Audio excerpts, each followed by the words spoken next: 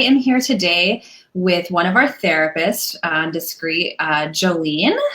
We are super excited to have her with us and joining a video for you guys. And what we wanted to talk a little bit about today was some of the conflict that we've been seeing happening, that everybody's been seeing happening. People are getting mad at each other. There's a lot of things that are happening in the news and just, perusing social media. You might be seeing some things that you don't like from somebody on your friend news feed, or just different news articles that are coming up, and it's making people really mad. And I don't blame them. I think any human can sometimes get mad by that. Are you seeing the same kind of thing, Jillian? Like, is that something you've been noticing too? Yes. Yep. It's hard.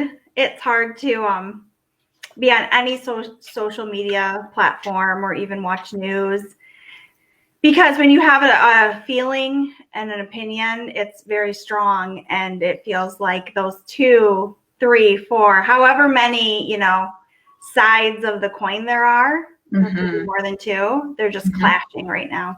Absolutely. And, I think right now, here in Michigan, we're in a shelter in place. So we're not able to leave our house very often, if at all, depending on what our circumstances are. And so we are spending more time on social media. We're spending more time on news outlets, and those things are making us more aggravated, or a lot of us more aggravated. And so let's first start with talking about why that is. And one of the theories I know that you and I had talked about earlier today was, my thought is it has to do with safety. And different people right now are feeling, I don't care who you are in the world, your safety has been shook a little bit, maybe a lot. Whether it's physical safety with fear of getting sick, or having a loved one who is vulnerable or maybe even sick. Emotional safety, having to stay inside all the time, or just the fear, the anxiety that's happening. Financial safety, your freedom, your liberty, being able to leave, that can feel unsafe when that's restricted. So there's so many different elements to this that are making people feel unsafe. And everybody can kind of have their own peripheral of what's making them feel unsafe right now. And it could be a multitude of things. But what can happen is, if my opinion and my idea of what's unsafe, just for example, clashes with your idea of what's safe, and what's happening is those are butting heads, right? So like, if somebody, this is just one random example, but if somebody is feeling unsafe because of the restrictions of government restricting what you're doing, the fear that can bring about, that directly conflicts with somebody who's feeling physically unsafe, or feels that we need to shelter in place so it can be lifted sooner. Those safety parameters are conflicting with each other. And when somebody feels unsafe, their emotions go way up, right? It's one thing to just be, feel strongly about something, but when we're talking about safety, that is, that's an emotional trigger for people, right? Mm-hmm. What are your thoughts? Yes, I agree that it goes back to not just what's happening now, but we're thinking about tomorrow, we're thinking about next week, a month from now, 5 months from now, a year from now, and how the trickle and what is it going to be, and nobody really knows what that's going to look like or what that's going to feel like, but we have, based on our beliefs and based on how it's impacting us now, we have built up what 6 months from now is going to look like, and that's what we're holding on to. So I think all of the opinions and all of the feelings, I think to recognize those as legitimate. Everybody's coming from their own point of view. Everybody's coming from their own place, their own experiences, and to allow each other some grace, to be able to really experience that situation that you're living is what you're going through right now.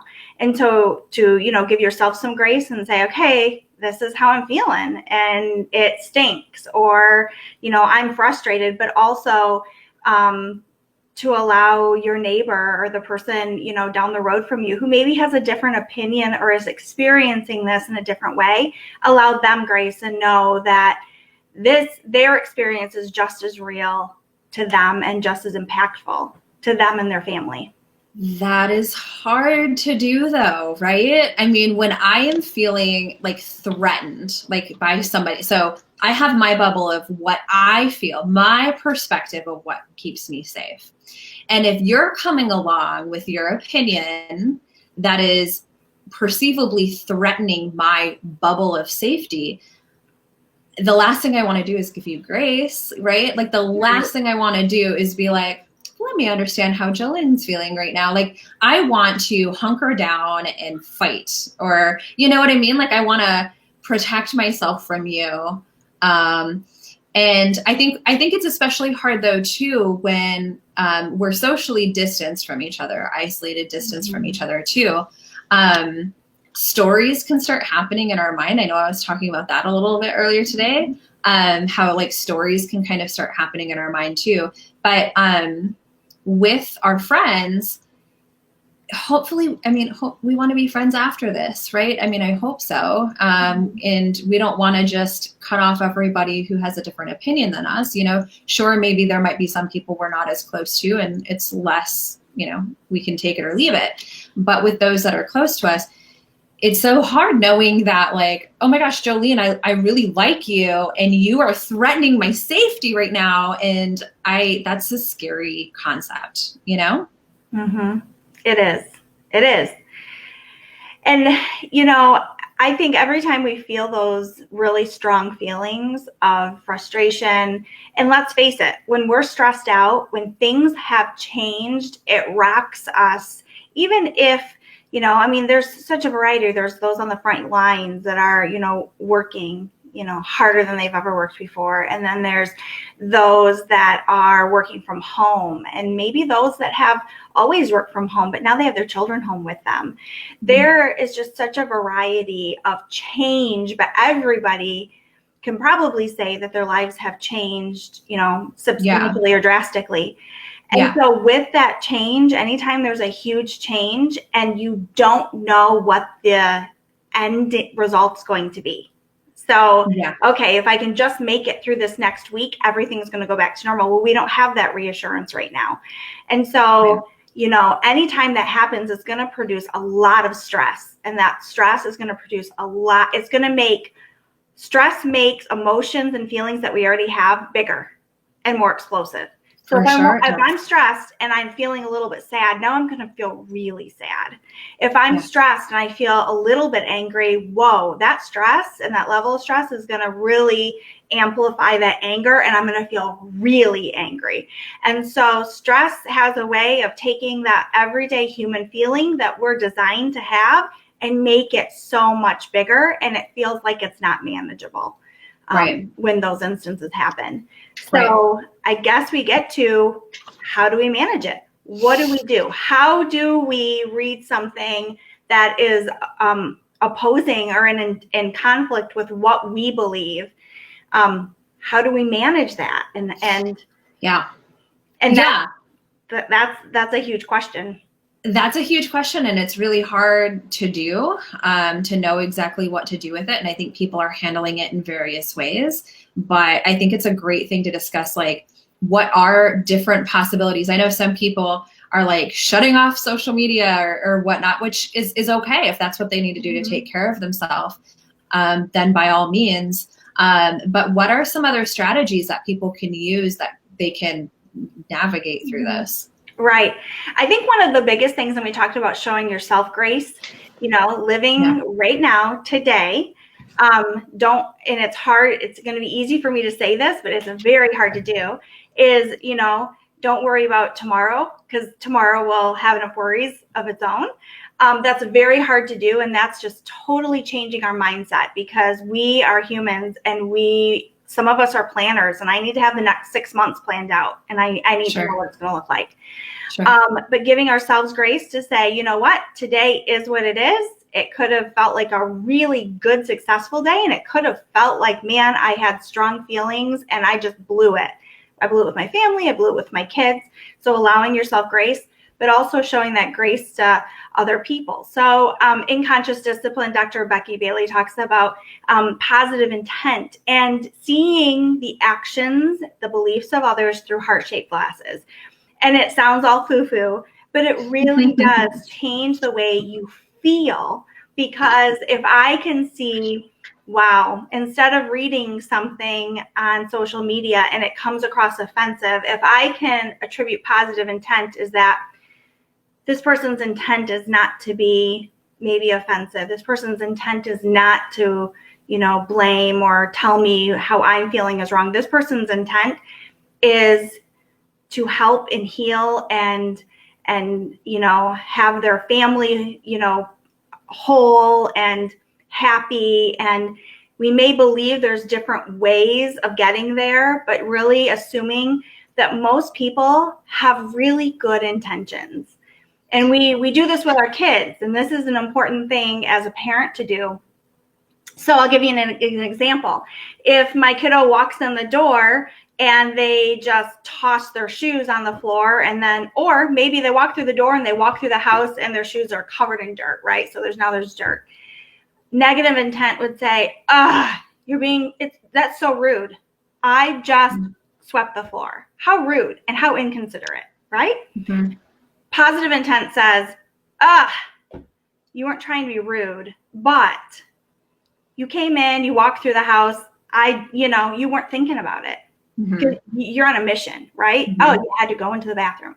Mm-hmm. One of them says, you know what? You weren't intentionally trying to be rude and mess up my floor. The other one says, you were intentionally trying to be rude and ruin my day. Those are two very different ways of looking at something. And I know that if I attribute positive intent to my children, and instead of thinking that they're rude or being disrespectful, then I'm going to respond in a different way. And I'm probably going to have more grace when I respond. Sure. And I think, that's a great point. And I think trying to be mindful of that is important. I do think, I wonder if some people who are watching this are like, I can't think of it that, you know what I mean? Like, if somebody has a really strong opinion, I'm just going to go there. I'm just going to say, the protesters in Lansing, that there are some people who have really strong opinions. And I would think, some people who might be watching this may be thinking they were deliberately rude.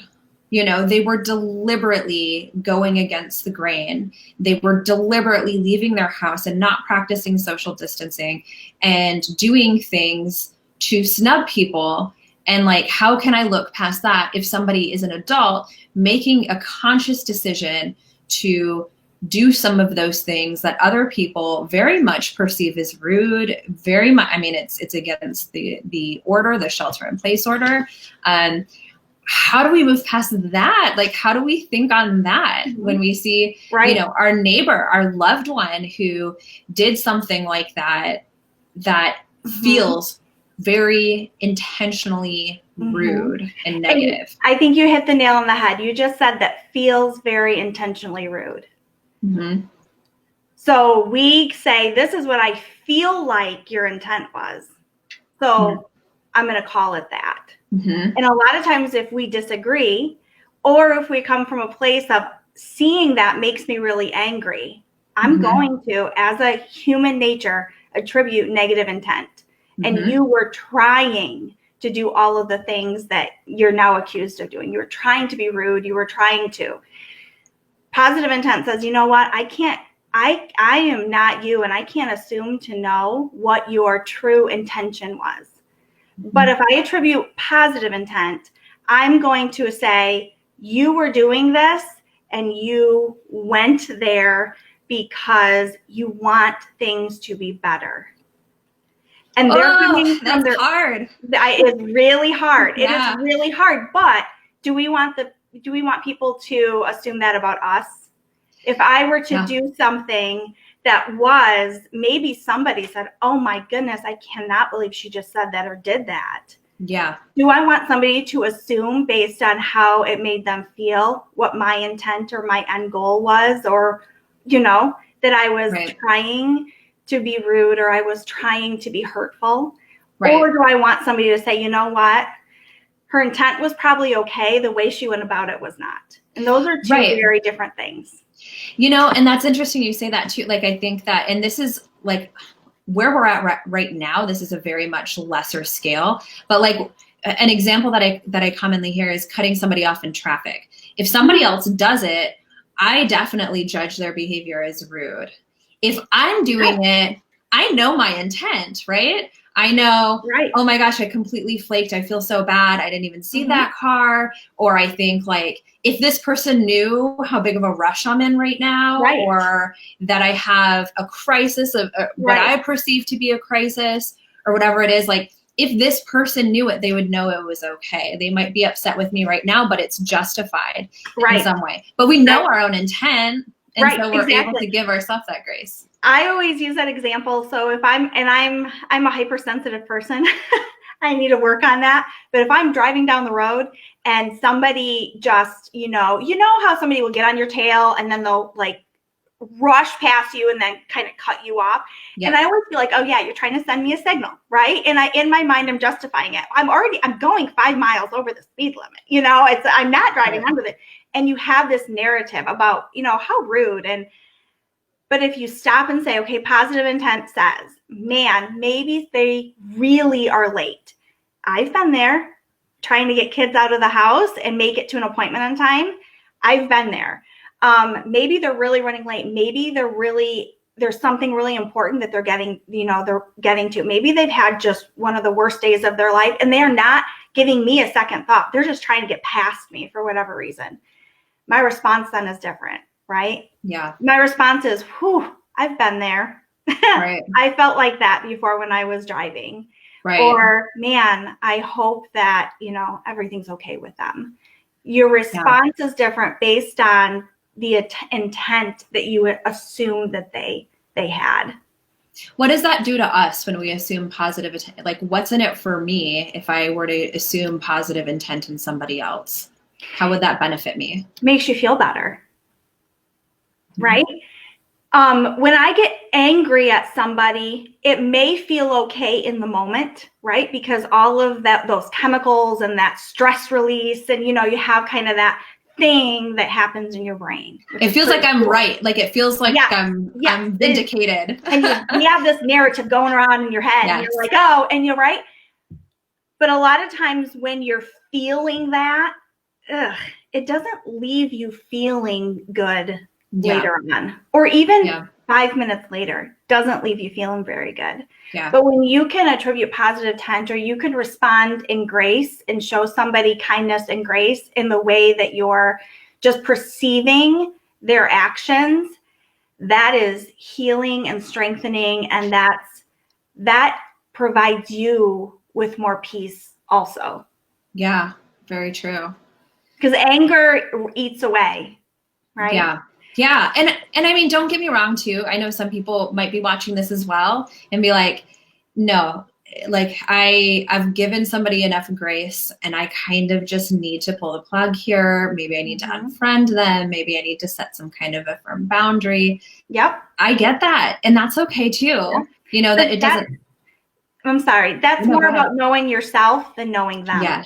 Right? Oh my gosh, so that's self-awareness and saying, I have to change something because I can't, it's unrealistic for me to ask somebody else to change just to make me feel better.